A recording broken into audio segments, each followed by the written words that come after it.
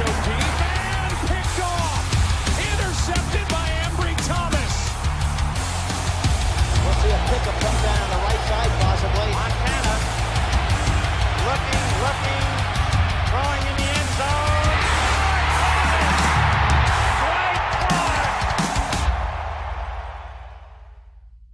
Bonjour à tous, bonsoir à tous, bienvenue dans ce 56e épisode du Facebook Podcast. Un 56e épisode où on va pouvoir parler de notre belle victoire face à nos amis les Seahawks 31-13 dans le match de jeudi soir et la preview de la grosse rencontre de dimanche contre les Eagles. Pour m'accompagner dans ce podcast, Olivier, Kevin et Gonzague. Salut les gars. Salut tout le monde. Salut. Comme je viens de le dire, une belle victoire, 31-13, 0 touchdown défensif encaissé. Le seul touchdown qu'on a pris, c'est un pick six. Une grosse performance globale à l'image de nos 2 dernières semaines. Kevin, t'as pensé quoi de cette belle rencontre ? C'est déjà que ça fait toujours plaisir d'atomiser les Seahawks. C'est toujours un plaisir coupable de ma part. Une première période ultra maîtrisée. On a vu le rouleau compresseur qu'on aime avoir l'habitude de voir. Les Seahawks n'ont pas existé. Je pense qu'ils sont restés à 0 yard pendant très très très longtemps, encore une fois. Et puis un troisième quart-temps un peu en dessous, j'ai trouvé, où je les ai pas reconnus tout de suite. Et puis finalement, on a fini par assurer la victoire. Au final, les Seahawks ne marquent aucun touchdown offensif. À part le pick six de Brock Purdy, pas grand-chose à reprocher à l'équipe et on a vraiment passé un bon moment. Olivier ? Ouais, je suis totalement d'accord avec Kevin. On a vu l'équipe qu'on aime voir, c'est-à-dire une équipe qui marche sur l'adversaire, qui fait mal, qui impacte, que ce soit les coureurs, que ce soit le quarterback, que ce soit la ligne offensive, tout le monde morfle. Et quand on joue comme ça, que notre D-line enfonce tout, on devient, comme il a dit, le rouleau compresseur. Après, c'est vrai, deuxième mi-temps, je sais pas si c'est une technique de ninja de notre Kyle Shanahan préféré, d'arrêter de jouer pendant un moment pour voir ce que ça donne. Mais bon, dans l'absolu, on n'a pas tremblé, quoi. On a encore moins tremblé que la semaine précédente. Le rival de division à l'heure actuelle, et on voit qu'il n'y a pas une ni deux, mais 5 classes d'écart entre San Francisco et le reste de la NFC West. Gonzague ? Je n'ai pas grand-chose à rajouter par rapport à ce qu'a dit mes 2 compères. Très satisfait sur le fond comme sur la forme de cette victoire. Avec une homogénéité dans la performance que j'ai trouvé extrêmement appréciable. Et donc, oui, comme le dit parfaitement Olivier, je trouve qu'il y a un écart qui devient considérable en termes de niveau entre les 49ers et le reste de la NFC West. Il n'y a qu'à voir les brides de match qu'il y a eu entre les Rams et les Cardinals, notamment derrière. Les 3 adversaires directs sont très, très, très, très loin derrière nous en termes de niveau de jeu. Donc, pour moi, à part les Eagles, d'ailleurs, je ne vois vraiment qui est meilleur que nous en ADC. Donc, voilà, très satisfait de l'ensemble. Oui, globalement, j'ai pas grand-chose à rajouter. Le match, il a été très très bien emmené. Voilà, on a, sur ce que j'ai vu, pas eu l'impression qu'ils aient eu besoin de forcer, en fait. Pardon.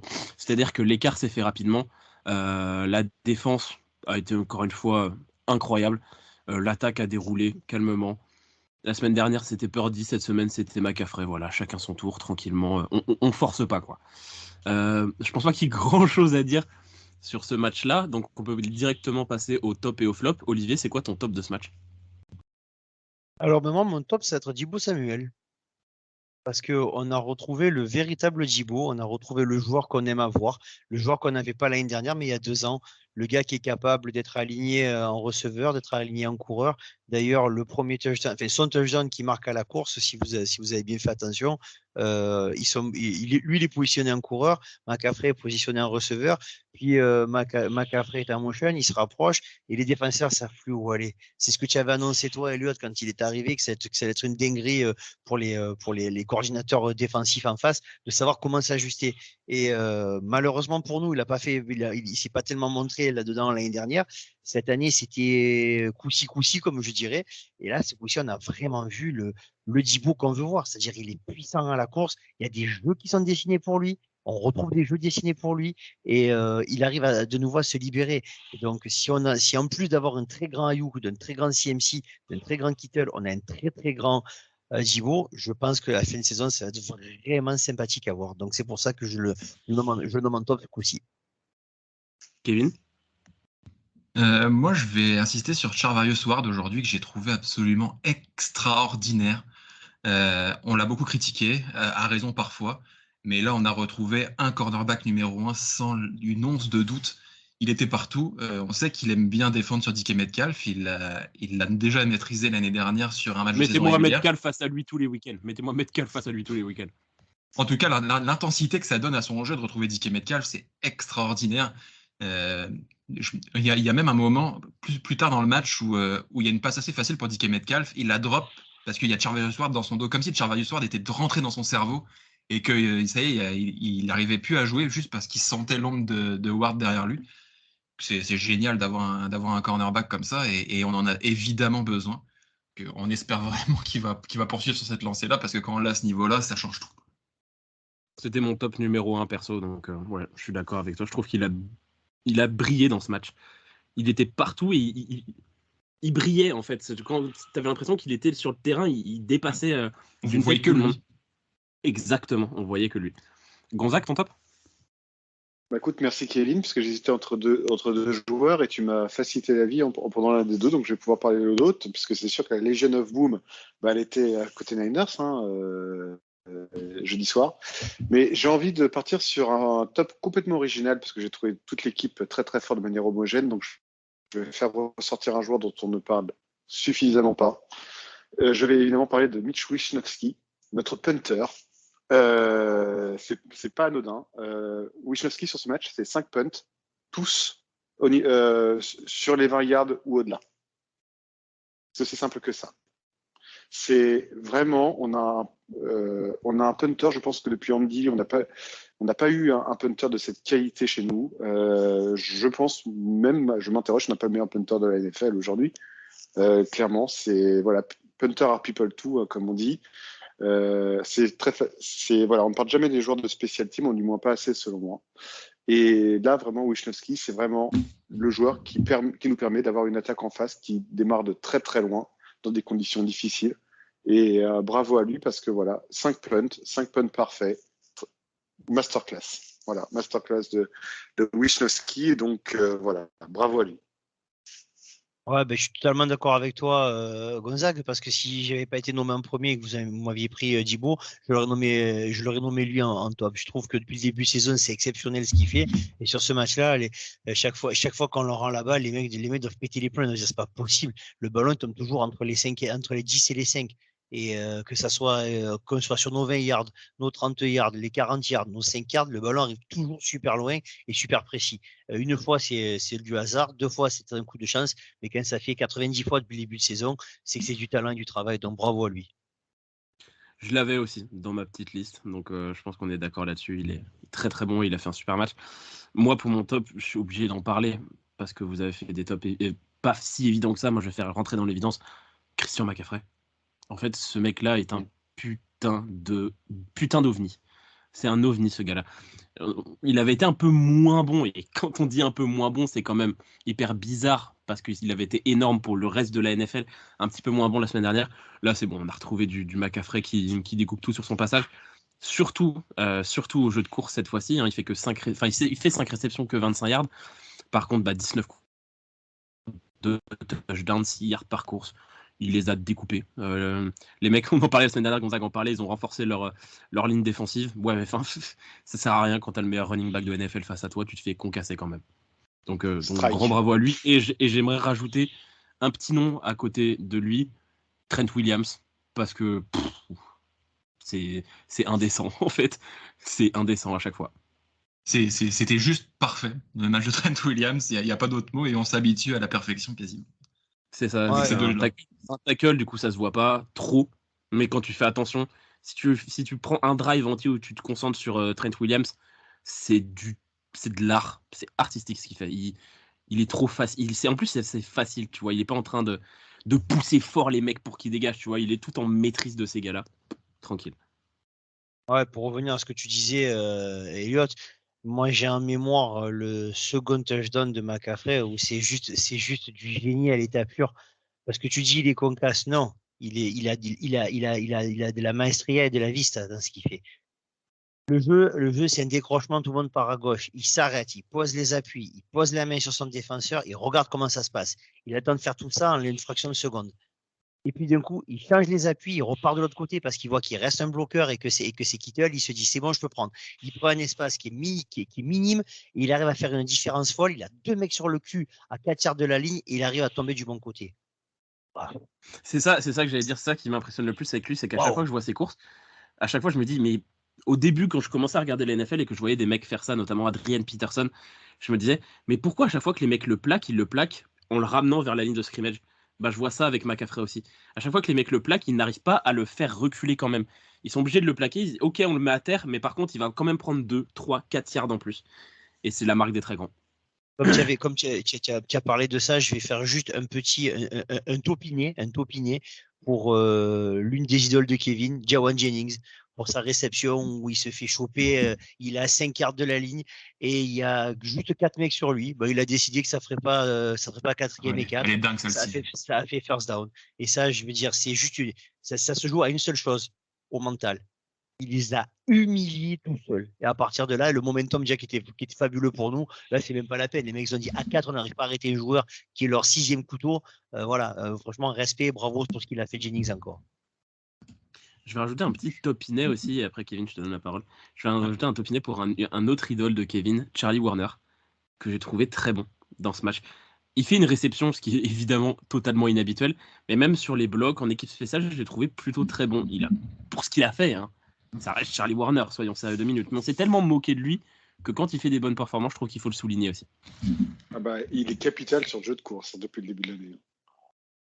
D'ailleurs, son nombre de snaps est assez impressionnant par rapport au niveau qu'on lui prêtait, mais en fait, on se rend compte qu'il est indispensable sur le jeu de course. Si vous voyez, mesdames et messieurs, la tête de Kevin quand on dit ça. Ne se prononce pas. Kevin, t'avais un truc à rajouter? Ouais, moi aussi j'ai un petit topinet pour Monsieur Ambry Thomas, qui dans ce match accorde 2 petites réceptions pour 16 yards. Il dévie 2 passes, il fait une interception, il force une passe incomplète, il accorde une évaluation de 20.8 à Geno Smith. Que juste respect, si Ward a éteint DK Metcalf, lui il a complètement éteint Tyler Lockett de son côté. Oh là là, après la tête de Kevin, si vous voyez la tête d'Olivier. Je précise que cette émission est sponsorisée par les assurances NR auxquelles Olivier vient de souscrire il y a quelques jours à peine pour se remettre de tout ça parce que son pauvre petit cœur est en train de lâcher, si vous le saviez, cher auditeur. Et si vous m'entendez avec une voix bizarre, c'est parce que cette émission était également sponsorisée par Rumex. On va passer au flop. Gonzague n'a apparemment qu'un seul flop, donc Gonzague, je te laisse commencer. Bah écoutez, je me suis creusé la tête pendant 10 minutes parce que pour la première fois depuis qu'on fait le podcast, je n'arrive pas à dégager réellement un flop de ce match. Pour moi, tout le monde a été d'un assez haut niveau. Donc j'ai envie en fait, plutôt que de parler d'un véritable flop après en parler, plutôt de soulever une question en fait, qui est en effet toujours cette gestion du début de deuxième mi-temps par Kyle Shanahan. On a toujours l'impression qu'on baisse un petit peu en régime de manière générale. Et puis, je m'interroge aussi parfois sur la gestion des joueurs, de la rotation des joueurs pendant le match. On a cette chance inouïe d'avoir très peu de blessés, d'avoir un banc très qualitatif, et je constate en termes de volume de snap que nos titulaires, par rapport à ce qui se fait chez la concurrence notamment, restent quand même très, très, très, très, très souvent sur le terrain. Avec très très peu de rotation. Quand je vois les performances d'un Kevin Givens, d'un Javon Kinlaw ou autre, je m'interroge pourquoi Javon Hargrave fait finalement autant de snaps. Alors non pas que je critique la chose, la performance d'Hargrave ayant été exceptionnelle pour Arik Armstead, mais est-ce qu'on ne risque pas non plus inutilement la blessure quand on voit qu'on mène assez largement au score et qu'on pourrait, entre guillemets, se risquer, c'est vraiment un bien grand mot, à un peu plus de rotation pour éviter les blessures à ces moments du match où vraiment, je trouve qu'on a un banc qui nous autorise ce luxe, en fait, où on voit qu'il y a très peu de downgrade sur le terrain lorsque certains de remplaçants rentrent sur le terrain. Voilà. Bon, le cas Isaiah Oliver reste toujours une énigme, mais au-delà de ça, moi, je pense surtout au defensive tackle.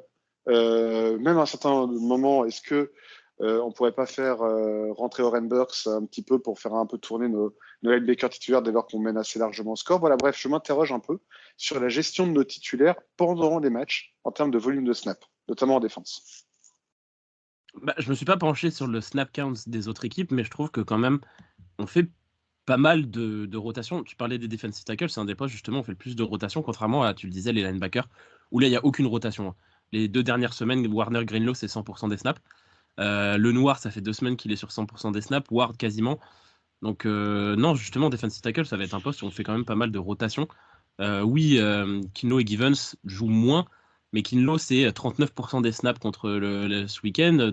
Givens, 32%. Ça reste quand même des trucs élevés pour un 3e et 4e à leur poste, je trouve. Ok, tu m'as convaincu. Parce que moi, quand j'ai regardé le match, ça m'a pas sorti autant aux yeux, mais stats à l'appui, tu m'as convaincu par rapport à ça. Voilà. Mais c'est là où encore une fois, c'était pas nécessairement une énorme critique, c'était plus une question que je soulevais. Voilà, sur la question de la gestion des joueurs. Évidemment, c'est un peu prétentieux de ma part, Kyle Shanahan, c'est très bien ce qu'il a à faire. Mais sinon, à quoi sert cette émission? Sinon, si on peut pas critiquer un tant soit peu. Mais voilà, c'était juste, on va dire, le seul point où en 10 minutes, j'ai dû me creuser la tête pour essayer de trouver un quelconque flop à raconter, quoi. D'ailleurs, ça t'a pris autant de temps à le raconter qu'à l'imaginer. Donc... N'est-ce pas? N'est-ce pas? Et j'allais demander à Olivier son snap, mais son snap, n'importe quoi, son flop. Olivier, t'as un flop ou alors tu ne peux plus parler? Si, moi je peux parler, parce que je profite que Gonzague ne parle pas pour en placer une comme ça. Donc... Pauvre, le pauvre. Non, plus sérieusement, j'ai pas vraiment de flop, ce serait plutôt un flopiné. Je trouve que ça fait quelques matchs où on n'est pas topissime sur les retours. Les mecs ils commencent à avancer, à prendre de la vitesse et voilà, c'était mon flop, carrément. Je dis c'est un flopiné parce que c'est pas gravissime pour l'instant, mais voilà, il faut quand même que les équipes spéciales de ce côté-là du terrain le soient un peu plus efficaces à mon goût. Plus efficace, mais c'est peut-être aussi une question de kicker qu'il ne l'envoie pas assez loin. Il devrait juste l'envoyer trop loin pour qu'il y ait des retours. Il y a beaucoup de retours qui se font alors que le ballon devrait juste aller en touchback et on n'en parle plus. Ouais, moi c'était vraiment pas un flopinet pour le coup, c'était vraiment un flop à mes yeux. Parce que tu l'as dit, ça fait plusieurs semaines qu'il y a des gros retours, notamment le premier de Dee Scridge, où il est remonté très très très très haut. Et Scridge qui nous a fait très mal, mais je pense pas que ça soit seulement Scridge, je pense que c'est un problème plus général parce que la semaine dernière, il y en a d'autres qui l'ont fait, mais Scridge là, il a fait 4 retours, il a fait 140 yards, 35 de moyenne par retour. C'est beaucoup trop. C'est beaucoup trop de faire 35 yards de moyenne par retour de kick. Alors que quand tu vois, on en a parlé, les punts, les trucs sont tellement bien envoyés qu'ils non seulement ils les envoient précisément, mais ils les envoient et à la retombée t'as quelqu'un parce qu'il y a aussi une bonne cloche et à la retombée t'as quelqu'un pour écraser. La DJ Dallas, il s'est fait laminer la gueule par les retours de punt. DJ Dallas qui a fait un fumble en plus sur un punt, donc dire à quel point notre escouade était efficace, plus encore que Mitch Wisnowski, c'est tout le groupe qui a l'air de bien marcher sur les punts, là où tu l'as dit Olivier, sur les kicks c'est quand même plus compliqué en ce moment. Mais je pense que ça peut faire partie, comme a dit Kevin, du fait que notre kicker aussi les tape pas assez loin, quoi. Alors, oui, il y a peut-être un déficit de puissance. Alors moi, j'ai pas voulu mettre la special team nécessairement en flop là-dessus parce que, un petit peu comme j'avais mis en avant notre adversaire Baker Mayfield la semaine dernière, soyons objectifs, les retours des Scritch, c'est du bonbon. Hein. Je pense pas qu'on ait un retourneur de cette qualité contre nous à chaque match. Hein. Ses appuis, ses accélérations étaient superbes. Hein. Là, pour le coup, je pense qu'il a. Je n'ai pas suivi les Seattle sur tous les matchs, mais il a dû faire mal. Je pense à beaucoup d'équipes quand même, parce que c'est des retours de très très grande qualité qui nous a pondu là. Et pourtant, je sais que j'avais voulu mettre des retours de kick. Rappelez-vous, j'avais hésité en flop la semaine dernière, mais là, bizarrement, c'est mes moins ressortis. Alors que pourtant, on a pris les gros jeux. Tant Scritch pour moi a été assez exceptionnel sur ce match-là. Est-ce que vous avez quelque chose à rajouter sur ce match-là? Je trouve qu'on n'a juste pas parlé beaucoup d'un truc. Notre ligne défensive, elle a fait 6 sacs en dehors des flops plus en top. Notre ligne défensive a fait 6 sacs encore. Avec un Chase Young 0 pointé sur les lignes de stats, assez surprenant, mais oui, effectivement. Oui, mais je pense que là, du coup, c'est un peu ce dont parlait Olivier la semaine dernière, c'est qu'il y a tellement de... Là, c'est bon, c'est... Oui, partout, ça n'empêche pas d'ouvrir les brèches pour les autres, hein, c'est sûr, mais... Et c'est toujours surprenant de voir un Chase Young avec 0. Je viens de penser à un petit top dont on n'a pas parlé, Nick Bosa, encore. Parce que Nick Bosa, il fait 2 sacs, mais sur les autres sacs, il était à côté et il touche le gars aussi. Franchement, de toute façon, depuis l'arrivée de Chase Young, Nick Bosa, c'est délirant. On a retrouvé le Nick Bosa qu'on aime, c'est celui-là dont j'ai le maillot, parce que je l'ai pas encore sorti parce que j'étais en instance de divorce, mais là ça va. J'ai ressorti le maillot, c'est bon. Le rendez-vous avec l'avocat est annulé finalement. Ouais. Il y a aussi un petit top qu'on n'a pas parlé, le duo Brock Purdy-Brandon Ayuk qui a pas fait son meilleur match, mais alors sur le touchdown de Brandon Ayuk, même Kyle Shanahan dit qu'il a serré les fesses parce que le jeu était absolument pas prévu pour être un touchdown ni une passe sur Brandon Ayuk, c'était une petite passe pour George Kittle pour un petit gain. Et Brock Purdy a vu quelque chose que même Kyle Shanahan n'avait pas vu, il a lancé à Brandon Ayuk qui a fait un touchdown extraordinaire. Donc juste génial, encore une fois, les improvisations de ces deux-là ensemble. La confiance, quand les mecs se trouvent les yeux fermés. Ne pas confondre confiance et suffisance, parce que c'est la limite qu'il a dépassée au début de la deuxième mi-temps. Le touchdown qu'on prend, je suis désolé, enfin, non, je suis pas désolé, je suis totalement lucide là-dessus. Il est totalement et uniquement pour Brock Purdy. Totalement. Parce que si vous avez bien vu les actions, la première passe, il a une passe facile qui rate alors c'est une passe que si ça avait été notre quarterback, pourtant le numéro 10, vous aurez tous hurlé que c'est un scandale de rater une passe aussi facile. Il la rate alors que je crois que c'est Djibo qui est complètement seul. Il lui met le ballon dans le dos. Enfin, il est pas acté. Et d'après ce que j'ai lu, alors après ça, je suis pas assez spécialiste. Il semblerait que c'est lui qui change l'appel de jeu sur la ligne pour le second down. Et si vous reprenez l'action, c'est tout ce qu'il ne faut pas faire pour un quarterback. Il a les deux pieds dans le ciment et il regarde qu'un seul joueur, c'est Christian McCaffrey. Et il ne bouge pas. Donc automatiquement la balle est typée et en plus tu prends sur toutes les balles quand elles sont typées comme ça, le ballon monte et dans les mains de l'adversaire et merci, au revoir. Donc c'est ce qu'il faut qu'il évite. Vraiment, il faut qu'il arrive à trouver cet équilibre. C'est pas facile, il est en début de carrière. Je suis tatillon avec ça, mais dans des matchs un peu serrés où tu n'as pas momentum de folie, tu peux pas t'amuser à jouer comme il a fait là. C'est probable qu'il n'aurait même pas tenté ce genre de choses dans un match serré non plus. C'est fort probable qu'il se soit permis des choses. Et puis, cette passe-là, je l'ai vu, cette erreur-là, je l'ai vu être faite par tous les meilleurs quarterbacks de la Ligue cette saison. Et ça arrive, et Dieu merci, ça arrive sans que ça soit une sanction pour le résultat d'un match. Bien sûr, c'est pour ça que je dis je suis tatillon, mais c'est le but du jeu aussi. Hein. Et puis en plus de ce que tu dis, c'est vrai que l'appel il est pas beau. La passe est pas très belle non plus parce qu'elle est trop haute. En plus, elle est typée parce qu'aussi elle est pas dans le bon timing pour un mec petit comme Christian McCaffrey. Ça aurait été Kittle, il l'aurait eu, mais McCaffrey il est petit. Et en plus, si tu regardes bien, tu as l'impression qu'il hésite entre les deux, parce que là, si tu regardes dans le même axe, plus loin, tu as Djibo. Donc, est-ce qu'il a fait une passe? Je sais pas, c'était moche. Dans tous les cas, c'était moche et raté. Il n'y a rien qui allait. Il faut le dire, c'était moche et raté. Voilà. Si pour vous donner un exemple, c'était pas comme le match entre les Giants et les Patriots. C'était pas ça. Tu parles d'un autre sport. Putain. Pour ceux qui se sont infligés ça, force à vous. On va passer du coup à l'inverse total d'un Giants Patriots. C'est la preview de notre match contre les Eagles.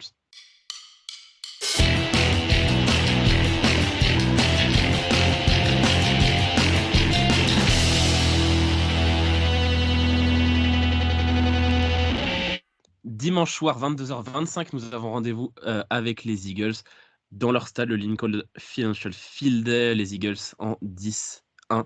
Les Eagles, meilleur bilan de NFL.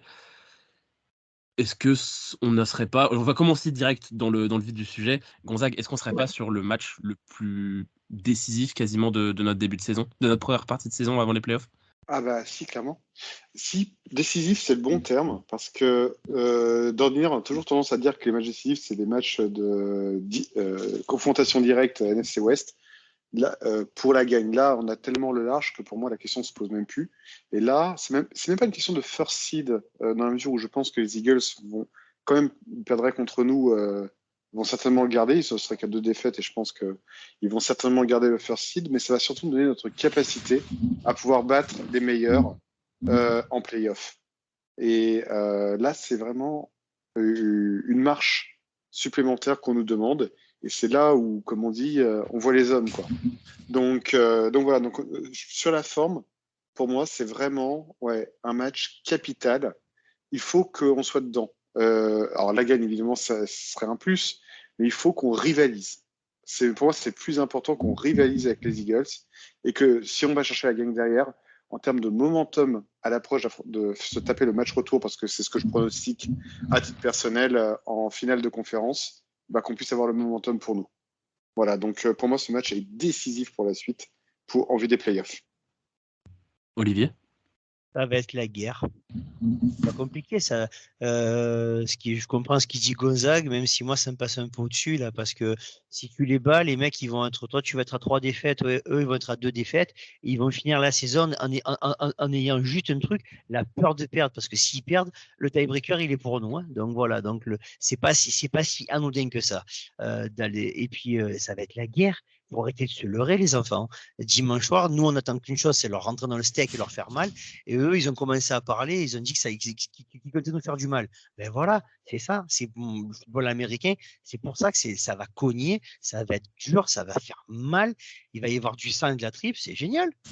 J'ai qu'une hâte, c'est qu'on y soit. Et puis qu'au complet, on voit ce que ça donne. Moi, j'attends qu'une chose, c'est qu'on soit au complet. Voilà. Et que là, et qu'on ferme des bouches. Même si j'ai bien compris que cette année, il semblerait que les Eagles aient récupéré le mojo Brady et que l'arbitrage soit assez exceptionnel. J'ai vu quelques images, j'ai pas regardé le match, mais j'ai vu juste une image qui moi m'a fait très très peur. C'est le plaquage hors scolar sur Josh Allen qui est passé crème. Voilà, il n'y a que ça qui m'inquiète. Si après c'est arbitré normalement et que ça joue d'archi des deux côtés, on a de quoi leur faire très très mal en leur tapant très fort dedans. Kevin? Vaste sujet, les Eagles. Déjà, j'ai un peu l'impression que tout leur réussit. Ils passent par un trou de souris chaque semaine. Encore cette semaine, c'est le plus petit trou de souris qui puisse exister face aux Bills. Ils passent à un field goal de 50 et quelques yards sous la pluie, le vent. 59, 50, 143, peu importe. C'est un peu n'importe quoi.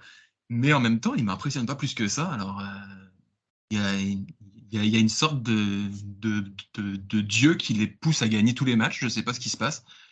Mais nous, on est plutôt bien. Je suis plutôt confiant. J'ai l'impression qu'on est à peu près supérieur sur pas mal de choses. Il ne me faut pas plus peur que ça. C'est sûr qu'il y a une énorme rivalité entre deux équipes. C'est deux équipes qui se détestent, qui ont juste envie de se rentrer dedans. Mais nous, on a une revanche à prendre et j'ai envie de voir ce supplément d'âme-là. J'ai envie de voir une équipe qui veut détruire l'adversaire.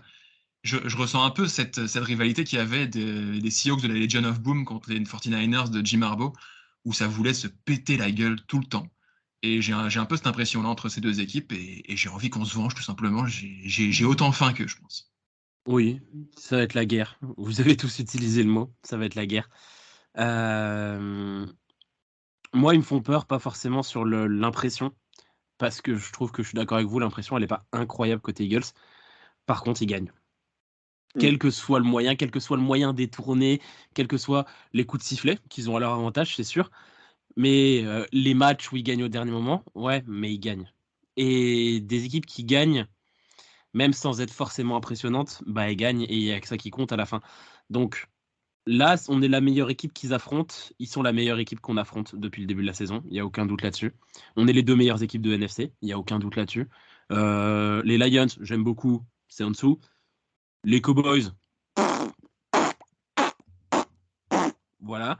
Non. C'est un avant-goût de ce qui devrait être la finale de conférence. C'est un avant-goût de ce qui devrait être la finale de conférence dans le stade qui devrait déjà, je pense, accueillir la finale de conférence parce que je pense qu'ils vont, même s'ils perdent contre nous, j'ai du mal à les voir perdre vu leur calendrier de fin de saison. Parce qu'ils affrontent, ils affrontent les Cowboys, mais derrière c'est Seahawks, Giants, Cardinals, Giants. Autant vous dire Riri, Fifi, Loulou et le cousin de Loulou.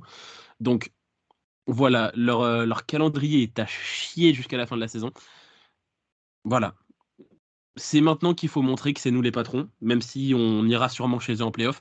Maintenant qu'il faut leur faire du mal, maintenant qu'il faut fermer des bouches, maintenant qu'il faut aussi s'appuyer sur la haine qu'ils vont avoir contre eux dans les tribunes. Parce que le public, pour une fois, en déplacement, on va pas être chez nous. Hein. Le public de Philadelphie, il est fidèle. Le public de Philadelphie, il est présent dans le stade. Il va faire beaucoup, beaucoup, beaucoup de bruit. Et je pense que ça peut aussi être une force pour cette équipe-là de se servir avec la présence de mecs comme Debo et Williams, et Trent Williams, j'en parlais la semaine dernière, qui sont des mecs avec de l'attitude, qui sont des footeurs de merde. Ah, tu vas leur hurler dessus, les mecs, ils vont avoir envie de fermer des bouches, quoi. Les mecs, ils vont avoir envie. Dibo, je vous annonce tout de suite. Hein. Dibo, il marque un touchdown, il fait des doigts au public. Une chance sur deux. Ça, c'est très probable. C'est très probable. Kittle, il va sortir un t-shirt Fuck Dallas, mais je préfère quand même les Cowboys à vous, bande de putes. Un truc dans le genre. Non, ça, c'est très probable. L'autre point très important dont on n'a pas parlé aussi, c'est que l'hiver arrivant, quand tu regardes un petit peu, et c'est une problématique très Niners du fait de la NFC West, c'est toujours intéressant pour une équipe comme les Niners de voir aussi comment on va se confronter à une top équipe chez elle dans le froid.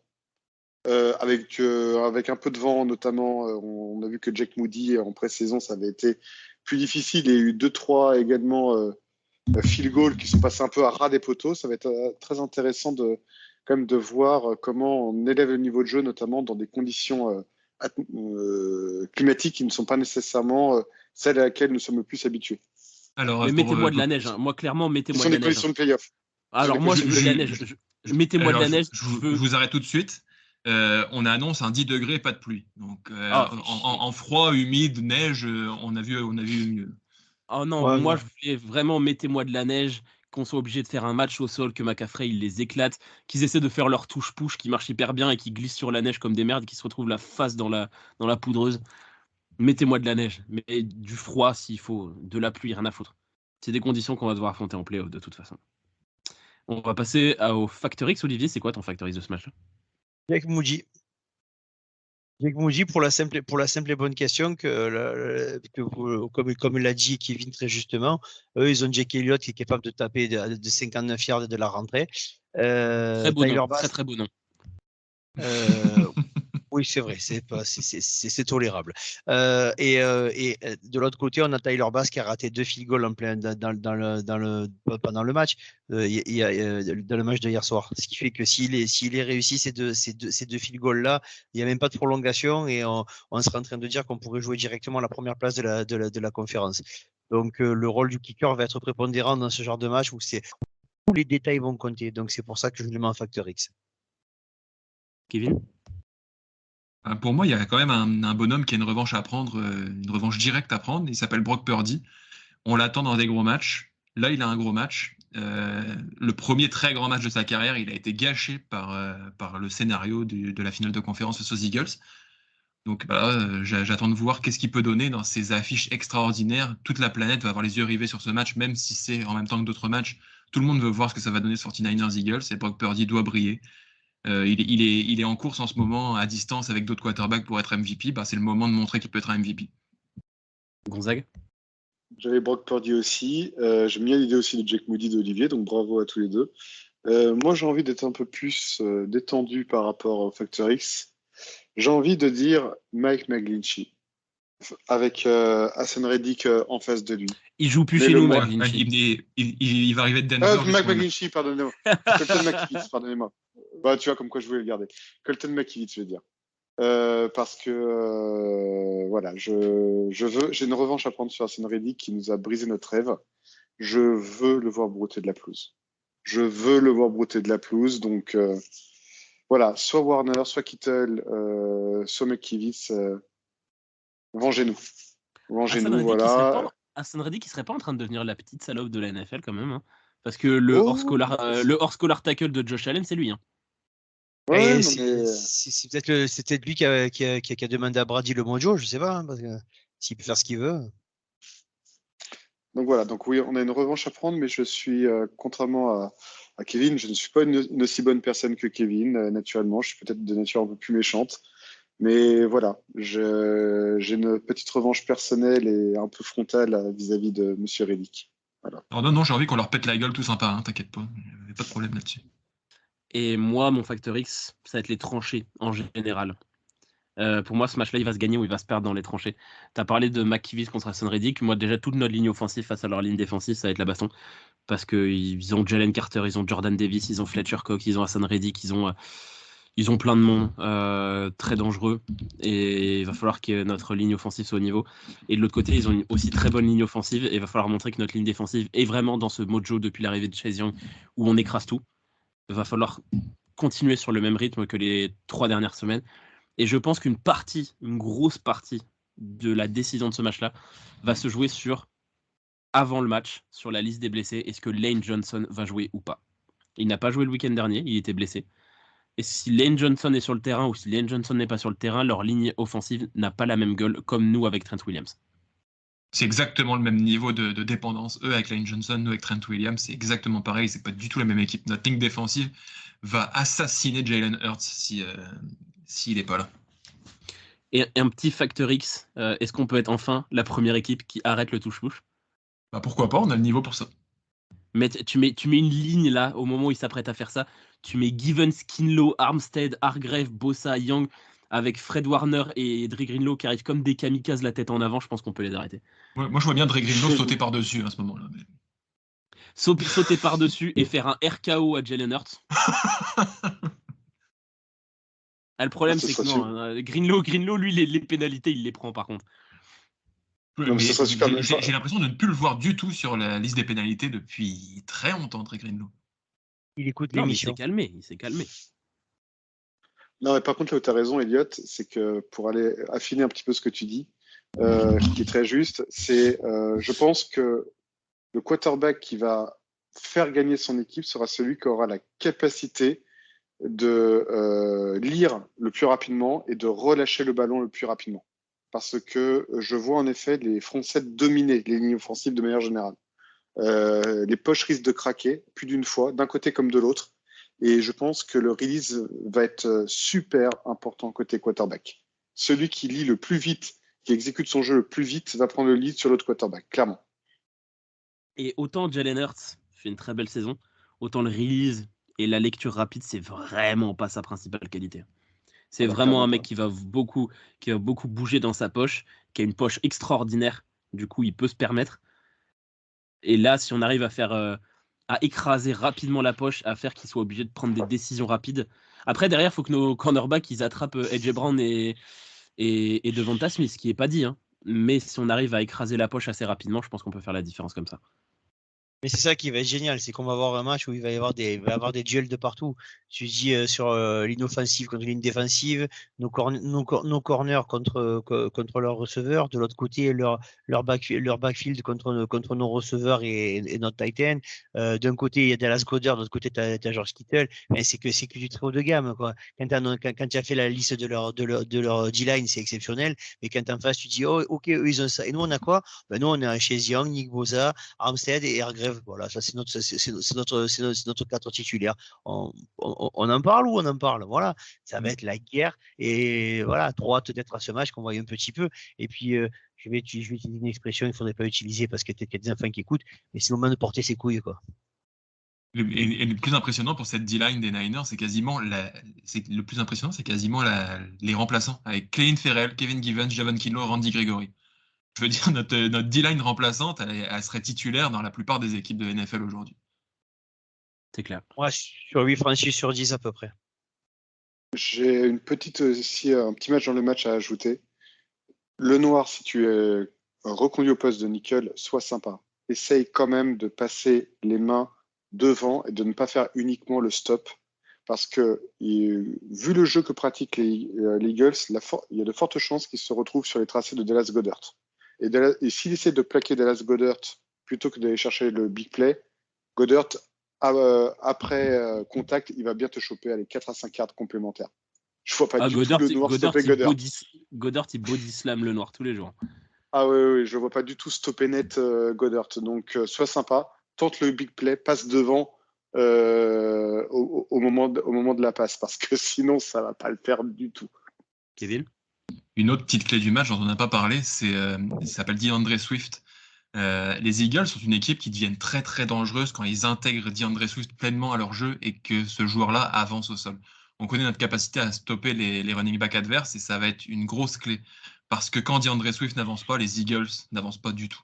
Jalen Hurts se concentre uniquement sur ses receveurs et ça devient très lisible. Et si on arrive à les forcer à faire ça, on va pouvoir les contrer. Mais c'est pour moi un impact majeur de stopper DeAndre Swift. On va passer au prono. Olivier, ton prono pour ce match? Et je réfléchis ce coup-ci parce qu'après tu me cries que je réfléchis pas. Mais non. On va gagner et on va marquer des points. On va marquer 24 points, ils vont en marquer 17. Kevin? 31-28 pour nous. Gonzague? 28-24 pour nous. Je suis sur le même ordre d'idée, un match très serré, 24-21. Ça va être serré, ça va être bien, il va y avoir du suspense. Vous en parliez d'ailleurs tout à l'heure, il va y avoir d'autres matchs en même temps. À mon avis, la NFL, ils savent. Ils savent que tout le monde va regarder celui-là. Ils ont foutu Rams, Browns et Buccaneers, Panthers en même temps. Allez, hop, comme ça, tout le monde devant Eagles. Ouais. Il y avait même eu des discussions pour l'envoyer en prime time. Finalement, ça n'a pas été fait, assez bizarrement, parce que c'est une affiche extraordinaire. Puis c'était. Ouais, mais Packers Chiefs quand même. Hein. C'est quand même facile d'anticiper. On parle d'une finale de conférence l'année dernière, mais ils l'ont pas fait. Bizarre. Une très bonne nouvelle pour nous en Europe. Très bonne nouvelle pour nous qui travaillons lundi matin. Voilà. On va passer aux questions. Les questions de nos amis sur Facebook et sur Twitter. Alors là, je suis en train de les relire. Il y en a quand même pas mal auxquels on a répondu. On a été assez expansif là sur les réponses. Donc il y en a pas mal auxquels on a répondu. On vous remercie évidemment pour toutes ces questions. Il y a une question de Jean-François Caillot qui nous demande: pensez-vous que ce prochain match va être capital mentalement en vue d'une accession en Super Bowl? En clair, est-ce que le vainqueur aura un vrai avantage en cas de rencontre en play-off, Gonzague? J'y ai un petit peu répondu tout à l'heure quand je parlais de momentum. Pour moi, je pense qu'il peut y avoir en effet. En fait, ça dépend. Je pense que si qui que ce soit qui gagne dimanche soir, si le match est serré, je pense que l'impact sera minime parce que l'équipe en face sait qu'elle a les moyens de se refaire. Si par contre, pour une raison ou pour une autre, on part sur un carnage d'une des équipes comme on l'a vécu l'année dernière parce que y a une blessure ou quoi que ce soit, ça peut être un peu différent. Je crois toujours au momentum à titre personnel, donc je pense qu'il y aura un léger avantage psychologique, mais ça restera léger. Voilà, au profit de celui qui va gagner le match. Mais rien ne justifiera une décision pour le match final de conférence. On a une question de Johan Lassous. On a quand même mis une leçon à la première équipe de l'autre conférence, puisque c'est les Jaguars qui sont leaders de l'AFC. Pensez-vous que le gagnant de notre conférence gagnera logiquement le Super Bowl? Olivier? Ça veut tout dire et rien dire. Parce que pour moi, l'équipe qui gagnera le Super Bowl, ça sera certainement l'équipe qui aura, si c'est pas nous qui allons au Super Bowl, ça sera l'équipe qui aura le meilleur quarterback. Et logiquement, le meilleur quarterback, il a le numéro 15 et il joue aux Chiefs. Voilà. Donc on va après quand là c'est les matchs pour les enfants pour l'instant. C'est les matchs de saison régulière. Les matchs pour les hommes, ils vont commencer en play-off. Et voilà. Donc c'est pour ça, et même pour rebondir ce que je disais tout à l'heure, Gonzague sur le momentum. Regardez, on a cassé en deux les Rams pendant des années. En finale de conférence, ça faisait 653 victoires à 0. En finale de conférence, on a perdu. Donc, un match est un match et c'est ce qui fait la beauté du football américain. Question suivante pour Kevin. On a beaucoup parlé des points forts de Philadelphie. Quel est le point faible des Eagles s'ils en ont un? Question de Ludovic. C'est difficile à dire parce qu'ils sont un peu dans la même situation que nous, où ils ont absolument réglé tous les postes. Ils ont du monde partout, même au poste de tight end où ça n'a pas toujours été incroyable. Dallas Goedert fait un boulot extraordinaire. Ils ont trouvé aussi un jeu au sol avec DeAndre Swift, j'en parlais un peu plus tôt. En défense, c'est complet partout. J'ai vraiment du mal à trouver. Alors, Jake Elliott a fait parler de lui ce week-end, mais je trouve que c'est pas le kicker le plus fiable non plus. Donc peut-être qu'il y a un petit point à gérer là-dessus. Mais non, je vois pas plus de points faibles que nous, si ce n'est que je nous trouve peut-être un poil supérieur dans certains postes, mais encore là, ça se discute. Je suis moyennement d'accord avec toi là-dessus. Déjà sur Jake Elliott, qui pour moi est l'un des meilleurs kickers de la ligue. Et surtout pour moi, il y a un défaut qui est historique aux Eagles. On sait très bien que Roseman, leur manager général, déteste la position. C'est le poste de linebacker. Ils n'ont pas de linebacker, j'allais le dire. Ouais, ils n'ont pas de linebacker du tout. Nakobe Dean est une déception. On comprend mieux pourquoi il est descendu dans la draft au-delà de sa blessure. Je m'attendais à beaucoup mieux de sa part. Et historiquement, ça fait déjà 10 ans que le poste est à pourvoir. Il y a ces franchises qui ne supportent pas régler un problème. Pendant des années, c'était les Colts avec leur poste de tackle. Là, c'est les Eagles qui ne veulent pas régler ce problème de linebacker. À chaque mock draft, on se dit. Ouais, mais à chaque mock draft, on se dit qu'il va aller chercher un linebacker au premier tour. Il ne veut pas le faire. Il va toujours aller chercher son defensive tackle comme il se doit. Il y a vraiment un vrai sujet à ce poste-là. Pour moi, les Eagles, tu passes le premier rideau, c'est 7 ou 8 yards assurés derrière, à la course, j'entends. Et même en protection de passe, les linebackers, c'est pas folichon. Hein. Vraiment, je trouve que c'est leur caillou dans la chaussure, ce poste-là, chez eux. Je suis d'accord avec Gonzague sur ce point-là. D'ailleurs, Gonzague qui a posé une petite question, donc on va la poser à Kevin, notre spécialiste. Quelle prise de catch pendant le match est la plus appropriée sur Hassan Reddick afin de nous venger d'avoir eu notre rêve brisé? Kevin, tu nous conseilles quoi? Un bon coup de pied. Vous avez parlé du RKO de Randy Orton tout à l'heure, mais le bon coup de pied du gars qui est à genoux, là, petit kick dans la face, je dirais pas non. Un petit pun kick, ouais. Ça peut être. Par contre, la personne qui fait ça ne finit pas la saison. Même pas le match, ne finit pas la saison. C'est pas grave. C'est pas grave, on fait rentrer un spécial teamer à ce moment-là. Il prend son flag. Sur la ligne offensive, Ambry Thomas, t'as de bonnes idées, toi. Tu as fini avec les questions. Mais non, Ambry Thomas, ça peut pas être drôle. Il est trop utile dans la défense aujourd'hui. Il est trop important. On peut pas se permettre de le faire. Ambry Thomas, c'est un titulaire indiscutable. C'est un titulaire indiscutable. Il est top 15 cornerback NFL. Je vois pas pourquoi on le foutrait là-dedans. Oh bah là. On va passer aux questions de Twitter avant que Olivier fasse une syncope. On a Prof Sherp qui nous demande votre avis sur Jalen Hurts. On y a déjà un petit peu répondu. L'avantage des 3 jours de congé qu'on a en plus, Olivier, est-ce que c'est vraiment avantageant d'avoir eu 3 jours de repos en plus que les Eagles? Mais bien sûr que oui. Il suffit juste de voir l'image de Christian McCaffrey. Tout le monde a vu la photo où c'est illustré, où il y a marqué il aura fait du mal, mais lui aussi a morflé. Il est plein de bleu sur tout le corps. S'il a 3 jours de plus pour récupérer, c'est toujours plus intéressant. Là, les mecs ont pu se reposer vendredi, samedi, dimanche, récupérer aujourd'hui et reprendre l'entraînement comme si de rien n'était mardi. Donc, c'est très, très important ces 3 jours de récupération. Voilà, les pleureuses des Eagles, et je ne vise personne, tiennent déjà leur excuse en cas de défaite. Ici, tu vises quelqu'un, je vois très bien qui tu parles. Non, je vise personne. Ici. Il vise une communauté, celle des Eagles. Voilà. Une question de José. Imaginons qu'on joue le Super Bowl et la NFL nous permettent d'ajouter dans notre effectif un joueur de chaque équipe de notre division. Quel joueur choisirez-vous chez Arizona, chez les Rams et chez les Seahawks? On va commencer par Olivier. Un joueur de chaque équipe que tu rajoutes. Alors déjà, faut que ça ait du sens. Hein. Tu vas pas rajouter 3 quarterbacks. Faut que ça ait du sens. Non, mais en plus, je ne parlais pas des quarterbacks. José, merci beaucoup pour ta question et bravo à toi déjà. Question très intéressante. Alors, qu'est-ce qu'on pourrait récupérer chez Arizona? Je prendrais une pom-pom girl parce que je vois qu'il n'y a que ça qui pourrait nous renforcer dans leur équipe. Ou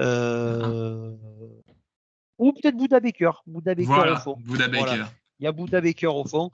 Chez les Rams, j'irai prendre s'il est enceinte.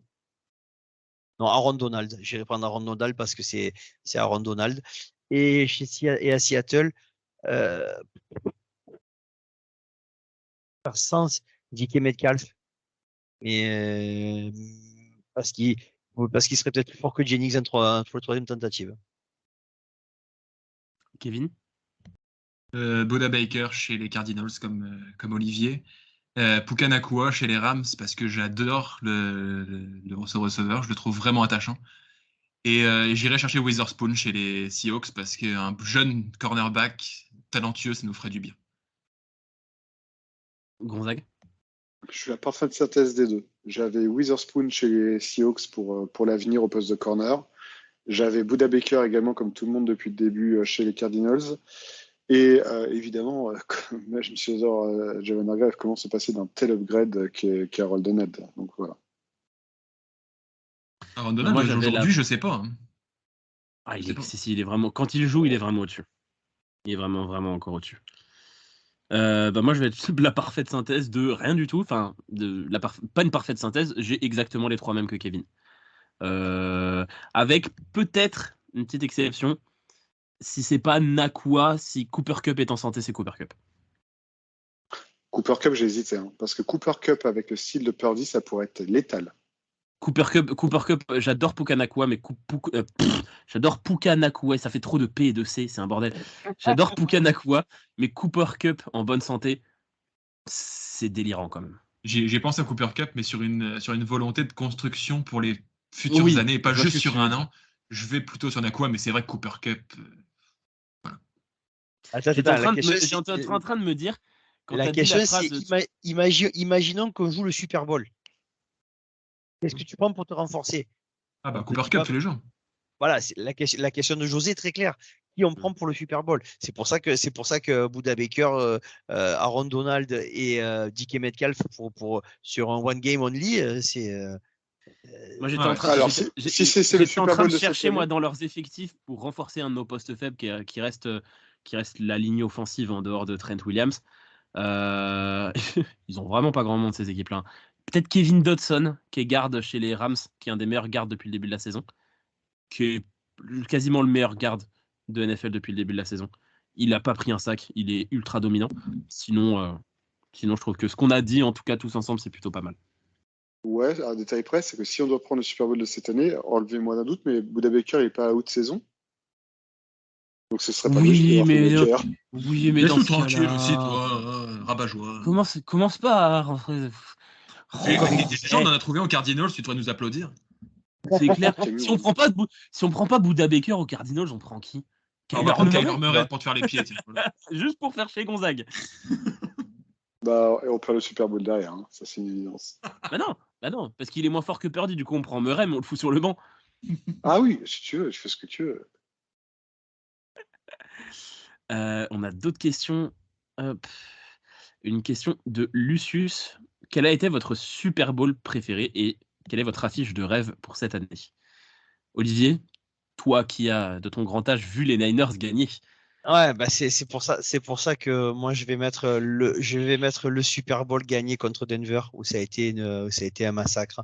C'est avec Montana et ça avait été un massacre, mais ok, c'est un blowout, ok, mais c'est au Super Bowl, c'est pas ce qu'on veut voir. Mais je vous promets les gars, pour tous ceux qui ont pas eu la chance de voir ces matchs-là, c'est vachement bien aussi de regarder un Super Bowl en ayant zéro pression et voir un massacre et voir votre équipe préférée faire un récital. Voilà, donc pour moi, c'est celui-là de mon Super Bowl préféré.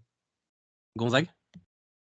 Je suis pas sûr d'avoir bien compris la question. C'est un Super Bowl avec les Niners ou c'est un Super Bowl tout court? Non. Super Bowl préféré. préféré. On sait très bien ce que tu vas dire, toi. Ah bah, si c'est un Super Bowl tout court, moi, bah, vous connaissez ma réponse tous. Pour Giants, l'avoir, Patriots. Voilà, Giants Patriots, le 17-14 de 2008, parce que déjà j'étais aux États-Unis, je l'ai vécu de l'intérieur, et le niveau, moi qui adore la défense, le niveau défensif des Giants sur ce match-là, pour moi, c'est un Super Bowl au niveau technique d'une qualité inouïe. Il m'arrive de le re-regarder à nouveau. C'est le Super Bowl que j'ai dû le regarder au moins, je pense, dans une vie 9 ou 10 fois. Tellement ce match est d'une intensité et d'un niveau dingue. Pour moi, c'est le meilleur Super Bowl que j'ai eu l'occasion de voir, pour l'ambiance aux États-Unis et pour le niveau de jeu pratiqué. Kevin? Moi, ça va être plus récent. Ça va être Patriots Seahawks en 2015 avec l'interception géniale dans la end zone, alors que tout le monde aurait fait courir Marshawn Lynch évidemment pour remporter le Super Bowl.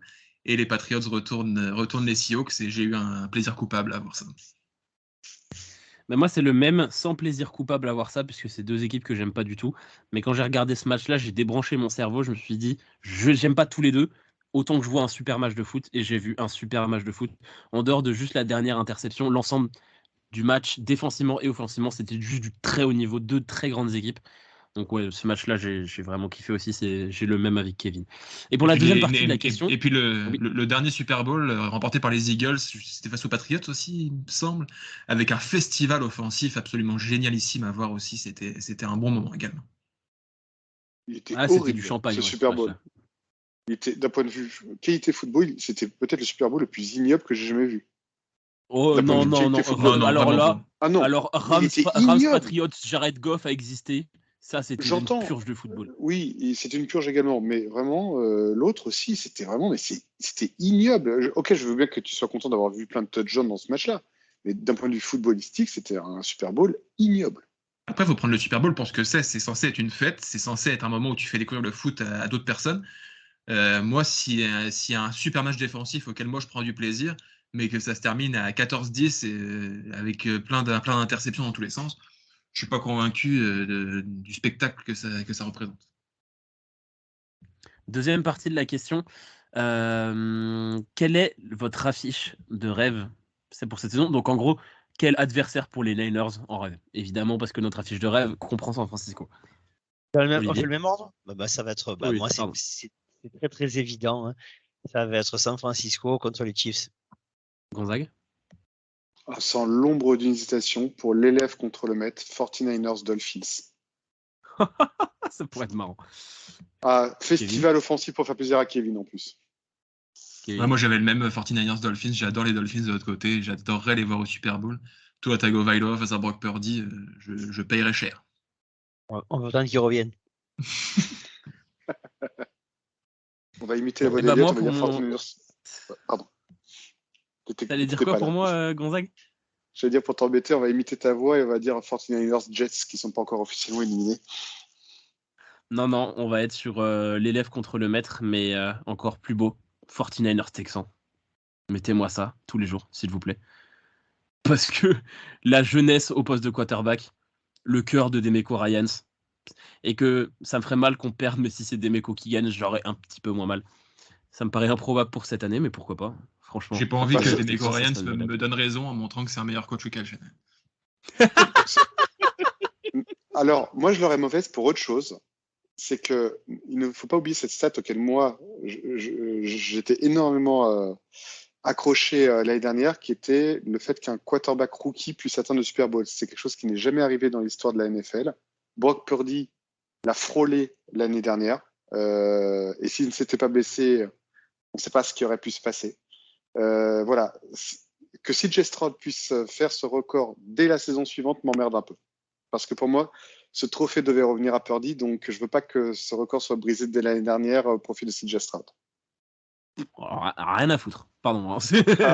Alors que moi, non. Ça reste des stats très obscures. Eh ben, pas pour moi. Question Ça sortait du cœur. Gonzague. Petite question pour Gonzague. Au vu des matchs, au vu de notre effectif, quel poste ou prospect même pour la prochaine draft, juste au premier tour, hein, parce que si on commence à partir là-dedans, on en a pour 2 heures. Juste au premier tour, on partirait sur quel poste et si tu as des noms de joueurs, par exemple. Gonzague? Non, Olivier, je sais ce que tu vas dire. Tu vas dire un nom rigolo. Alors, le pire, c'est qu'on en parlait avec Eliott cette semaine. On était en train de retravailler un peu les premières mocks. Et je sais pas trop, à vrai dire encore. Parce qu'à la base, je voulais partir d'abord sur un tackle. Puis après, j'ai basculé sur un corner. Quand on a des problèmes de cornerback 2. Mais les performances d'Ambry Thomas et de manière générale commencent à me faire douter. Donc, je suis revenu sur un tackle. Et j'ai envie de préparer en fait l'avenir au poste de tackle gauche derrière Trent Williams, qui, si on gagne le Super Bowl, je le vois bien, vu qu'il a souvent été hésitant sur les questions de fin de carrière, s'arrêter là. Ça pourrait être la mauvaise surprise. Donc, soit on prépare l'avenir avec un projet, et il y a un joueur qui peut, à mon sens, tomber jusqu'à nous au poste 32, qui est Sua Mataya, qui est le tackle gauche des Cougars de BYU, qui pourrait être, à mon sens, intéressant. C'est un joueur qui... BYU, pardon. Pour moi, c'est un prospect qui n'est pas totalement fini, mais qui présente de belles choses, et dans un système qui correspond au nôtre. Ils ont un système de zone qui correspond au nôtre, il n'est pas tout à fait terminé. Donc, 1 ou 2 ans à apprendre derrière Trent Williams, ça pourrait pas être mal. Voilà, mais ça, c'est vraiment ce que je dis à l'instant T, parce que ça peut changer, parce que je peux très bien rebasculer sur un corner dans 2 matchs. Hein. Donc, voilà, je suis encore très hésitant. Mais préparer l'avenir au poste de tackle gauche n'est pas mal. Olivier, Kevin, vous aviez quelque chose? Moi, je suis particulièrement satisfait de l'effectif, donc le meilleur joueur disponible. S'il y a un gros talent qui descend jusqu'à nous, allons-y, fournissons notre effectif avec le plus gros talent qu'on puisse. Olivier, t'avais un nom, toi? Je sens que t'avais un truc à dire. Marvin Harrison. Allez, c'est bon. Il descendra jamais jusqu'à nous. S'il descend hors du top 2, c'est scandaleux.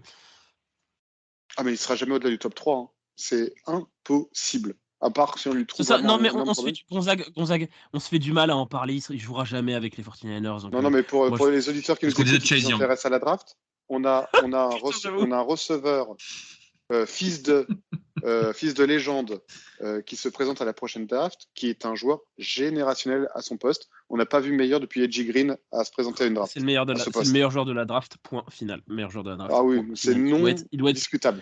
Vu la gueule des quarterbacks, il devrait être pris en 1. Moi, je vais donner juste rapidement mon avis. Je suis d'accord sur le poste de tackle. Il y en a quelques-uns que j'aime bien. Tu as parlé de Sua Mataya. J'aime bien Taliese Fuaga. J'aime bien Graham Barton de Duke aussi, c'est pas mal. Et puis sinon, un truc qui aurait pu nous arranger, c'est et je prie, ça n'arrivera pas parce qu'il est beaucoup trop fort. Est-ce que la blessure de Cooper DeJean peut le faire descendre et qu'il descende jusqu'à chez nous?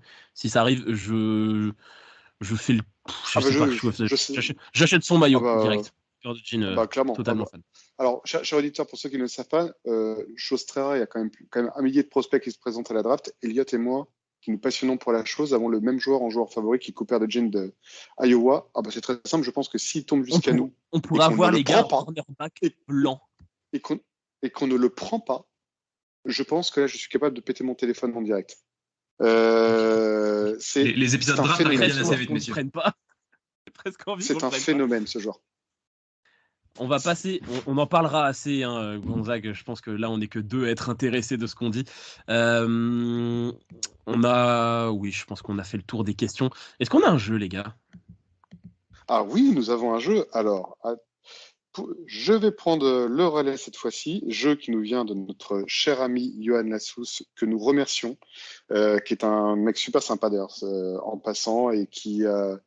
même s'il ne fait pas partie de ce podcast, il contribue grandement chaque semaine. Merci vivement, Johan, pour tout ce que tu fais. Alors, nous avons donc en fait, chers amis, un nouveau jeu. Et on monte un peu en difficulté par rapport au précédent jeu, puisque je vais vous donner un score et vous allez devoir retrouver le match, sachant que c'est obligatoirement un match de cette année ou de la saison dernière, pré-saison inclus. Pré-saison inclus. Ah, mais c'est pré-saison c'est impossible. C'est très très dur. Je le reconnais, la Johan vraiment nous pousse dans notre dernier retranchement. Je ne garantis pas qu'on puisse être couronné de succès parce que c'est vraiment vraiment balèze. Comme d'habitude, vous avez le droit à 3 chances. Ça, c'est les règles de Johan. Exceptionnellement, parce que je fais ce que je veux, je vous accorde la possibilité de faire une 4e faute. Parce que c'est vraiment chaud. Pour le coup, mais c'est improbable. Comment tu veux qu'on fasse là J'essaie de me rappeler le score du match contre les Seahawks l'année dernière. On va rechanger. Je vous accorde que 3 fautes. Par contre, si je vois que vous ramez un peu, je m'autorise, dans la limite du raisonnable, à vous aiguiller un peu. Ça vous va? Allez. Bah écoute, on est parti, hein. Allez. Donc, dans l'ordre, nous allons mettre Kevin en joueur 1. Nous allons mettre Olivier en joueur 2. Et nous allons mettre Elliot en joueur 3. Je vais gagner par défaut parce qu'ils vont pas trouver les 2 premiers. Tellement c'est dur. Alors, entre nous, vu que tu as beaucoup animé aussi également, j'hésitais entre toi et Kevin pour mettre en joueur 3 pour la raison que tu viens d'évoquer. Alors, Kevin, on va commencer fort. Alors, je précise défaite ou victoire, quand même, pour vous aider. Parce que sinon, là, j'exagère. Si c'est défaite, c'est plus facile. Johan, excuse-nous. C'est quand même très dur ce que tu nous demandes. Donc, une défaite 17-0. On a perdu 17-0. Ouais. Bah, c'est en pré-saison. À tous les coups, c'est en pré-saison. Et alors là, je ne sais pas qui en a joué en pré-saison. Je regarde pas les matchs. Alors, je vais tenter. Il me semble qu'on a joué les Broncos en pré-saison, donc je tente les Broncos. C'est non. Les Jaguars. C'est non. Mais je vais t'aider. Tu as raison sur le côté AFC.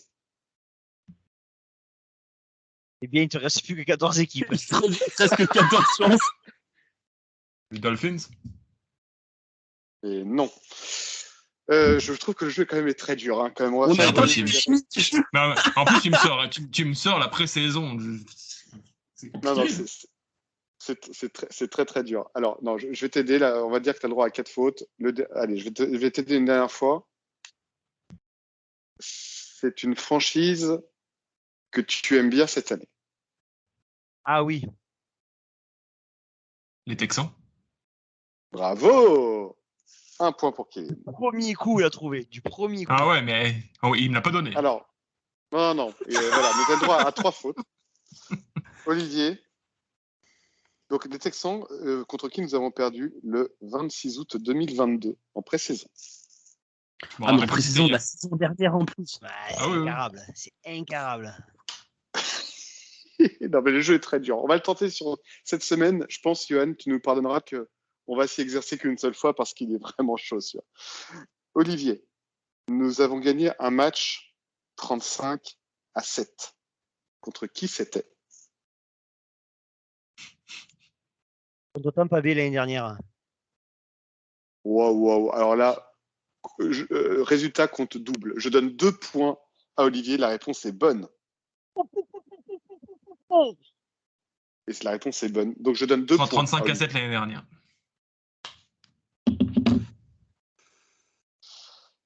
Elliot, Mhm. une défaite 17-31. 17-31. Je l'ai, je pense. Moi aussi. Ah, oui. Les Bengals, cette année. Bravo. Ah bah Un non, c'est point pas pour- celle-là que j'aurais été hésité. Du moment qu'il y a le si, chiffre bah, 10. Du moment qu'il y a le chiffre 17, nos 3 défaites, on a marqué 17 points. C'est ça. Et, Ah. et Bengals, c'est le plus qu'on a pris, 31. C'est le plus qu'on ait pris. Donc c'était pas dur Voilà, à celle. un point pour Elliot. Bah, c'est le hasard. Hein. C'est Johan qui nous a envoyé les choses à ce Johan. moment-là. Alors, Johan Canescro. Kevin, une victoire. Kevin, il va avoir un match de pré-saison de merde. C'est ça. Victoire, Une victoire. 11-8. Kevin, tu es avec moi. Une victoire 33-17. Cowboys. Non. Quoi, j'ai encore une chance? Théoriquement, non. Bon, bah, c'est ça. Théoriquement, non. Théoriquement, non. C'est bien ce que je pensais. Et là, Kevin, Faut je vais le me coucher, calculer, là. gonfler. Vous voyez gonfler. Alors, en l'occurrence, tu veux quand même tenter ta chance pour du beurre ou pas? Allez, je te donne un autre, même si ça compte pas, t'es éliminé. Mais vas-y, tente une autre, Kevin. 33-17. Tu me dis si tu veux le Joker. Ouais, vas-y. C'est une autre équipe de l'AFC que tu as citée dans l'émission.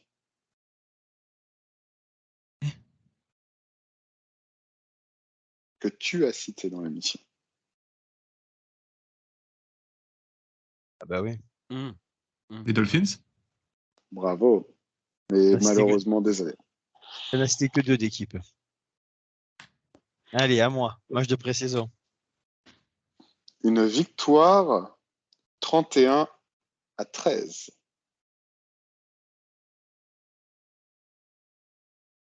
C'est le match de la semaine dernière. Contre les Seahawks.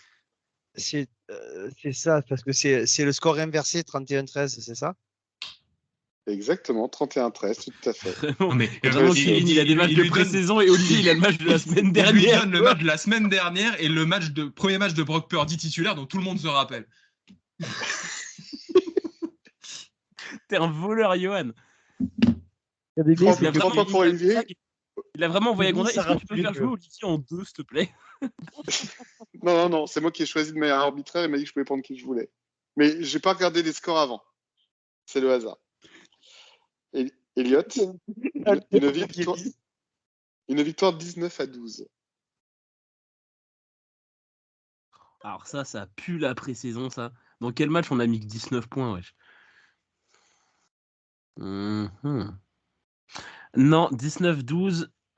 Cowboys en playoff l'année dernière? Eh ben putain, comme Olivier tout à l'heure, je t'accorde 2 points. C'est une bonne réponse. Elle n'était pas facile. Exactement. Donc ça vous fait 3 points tous les deux. Vous êtes Le parfaitement prochain ex pour aequo. Olivier, c'est une victoire 31-13 contre un rival de division. Donc maintenant oui, mais maintenant on va slicer vu que tu n'es plus là. Donc Olivier devient le joueur 1 et inversement. Olivier, une victoire 30-7. Une victoire 30-7.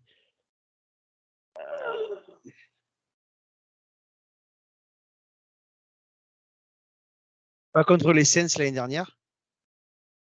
Non. C'est pas beau ce que tu fais, Kevin. C'est vraiment très moche, même. C'est même très, très moche ce que tu fais. C'est Je vraiment crois pas que je l'ai. Alors, c'est 30-7. C'est l'année dernière, c'est la série de matchs où on fait, où on prend pas, où il y a des mi-temps entières où on prend pas de points.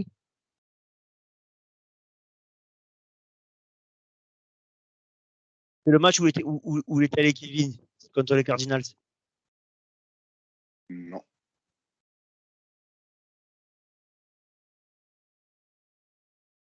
Peut-être tu peux lui donner un petit indice. Comme tu l'as fait. Je peux donner un petit indice. C'est un match de cette année. De cette année? De cette année, oui. Parce que je te voyais partir ce match l'année dernière, donc on m'en a dit c'est ça. C'est un match de cette année. Eh ben, je l'ai pas pour l'instant, il faut que je réfléchisse. Il nous fait une Gonzague. Non, le match C'est contre ça. Pittsburgh, le premier. Bravo, Olivier. Ouais. Un point. Je l'avais. Elliott. Nos trois premiers matchs de la saison, on a mis 30 points. On a mis 30 points à chaque Oui. fois pile. Comme l'année dernière, il y a eu la période où on n'a pas pris beaucoup de points aussi, c'est pour ça. Elliott. Une victoire 13-0. En face, c'est Fanny. Qu'est-ce que c'est que ce guet-apens? 13-0, ça pue la pré-saison, ça. La vache. Tu es obligé de la trouver parce que sinon, tu as perdu. Disons, si tu ne le j'ai trouves fait pas à la zéro faute. fin. Ouais. Non, j'ai fait zéro mais on arrive à la fin du game en fait. La suite, c'est si vous êtes ex-aequo avec Olivier. J'ai des tie-breaks. Ok. Je 13-0. dois de le trouver, ça. Putain. Mais comme disait Olivier, il y a une période l'année dernière où on prenait quasiment pas de points, mais est-ce qu'on a eu un match où on n'a mis que 13? Et du coup, et contre qui on jouait l'année dernière aussi? Bah, c'est pas le match contre les Saints, d'ailleurs. Oh putain, Je j'aurais dis été ça, 2 moi. points.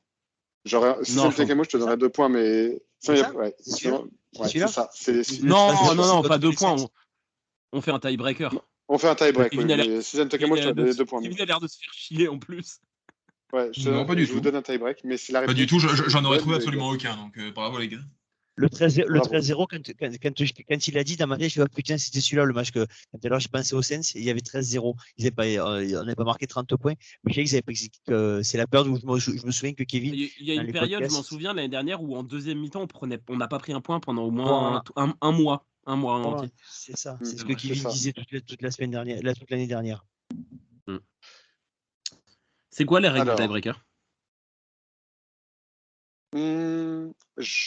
Je vais en citer 3, mais vous avez tous les deux le droit de jouer et c'est au premier qui donne la bonne réponse.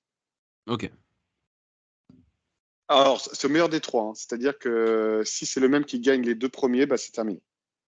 Comme un tie-break. Faire. Surtout que, et là pour dire comme Kevin, moi j'en aurais gagné aucun, donc bravo à tous les deux parce que moi je retiens pas les scores, moi, bizarrement. Non plus. Alors, paradoxalement, celui qui vient est une question de rapidité. Une défaite 19-10. Broncos l'année dernière.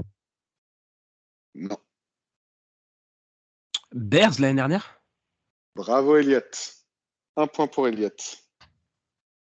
Le fameux Putain, on premier était match sous la nuls en pluie. début de saison l'année dernière. Franchement, c'était chaud.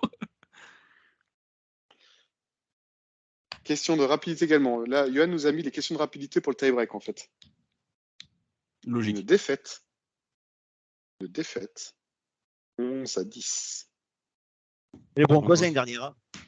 Bravo Olivier. Des Broncos l'année dernière. Il y Donc avait là, 10 chaque fois. Je me suis fait avoir parce qu'il y avait c'était les 10 points.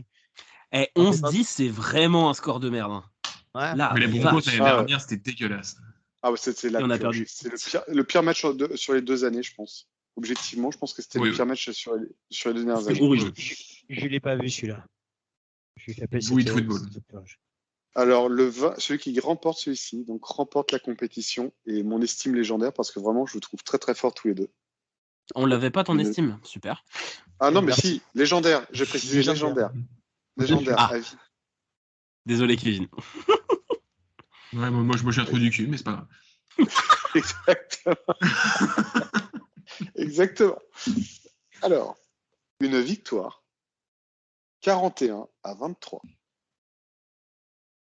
Les Raiders l'année dernière. Vikings en playoff. Non, putain, on n'a pas joué les Vikings, je suis un couillon. Seahawks, pardon, en playoff l'année dernière. Et c'est une victoire de Elliott, mesdames, messieurs. Bravo, c'est une bonne réponse. Bravo, donc victoire d'Elliott au finish. Enfin, je gagne un jeu depuis cette saison, Et je me fais laminer à chaque fois. Oh, mais t'as gagné Finir le sur plus les facile Seahawks, aussi, c'est beau. t'enflamme pas. Finir sur les Seahawks, c'est bon. En tout cas, un grand merci à Johan encore pour les questions. Je pense que pour la semaine Il était prochaine. dur celui-là, Johan. Va Voilà. falloir trouver plus facile. Ouais, là, c'était. Moi, honnêtement, j'ai encore un chapeau. jeu en réserve. Hein. J'ai encore un jeu en Pas de réserve souci. et je vais chercher si je trouve un autre. Moi aussi, j'en ai trouvé un. Ah, super. On a plein de jeux. Eh ben, moi, j'ai rien foutu. Je n'ai aucune idée de jeu. Et Olivier, on lui pose pas la question. Pourquoi je vous ai dit que je voulais vous faire une question pour un champion, mais chaque fois, vous faites des jeux. Faites des jeux. Moi, je vous ferai les qui suis-je comme question pour un champion. Mais voilà. C'est prévu. On fera une émission spéciale jeu à la fin de la saison. Merci de nous avoir suivis dans ce 56e épisode du Facebook Podcast. On se retrouve la semaine prochaine pour débriefer, on l'espère, une victoire contre les Eagles. Et puis pour parler de la suite. Et je crois que la suite, ce sera de nouveau une rencontre face aux Seahawks. On les enchaîne. Voilà, un gros enchaînement oiseau en ce moment. Un Seahawks, Eagles, Seahawks. Et je crois que c'est les Ravens derrière. Donc voilà, on va bouffer du piaf. Ça sent bien, c'est Thanksgiving. Après les dindes, on va bouffer de l'aigle. On l'espère en tout cas. Merci de nous avoir suivis. Et puis Go Niners comme d'habitude. Salut. Good Niners. Good night. Ciao. Wow, j'ai improvisé à la fin. Ouais,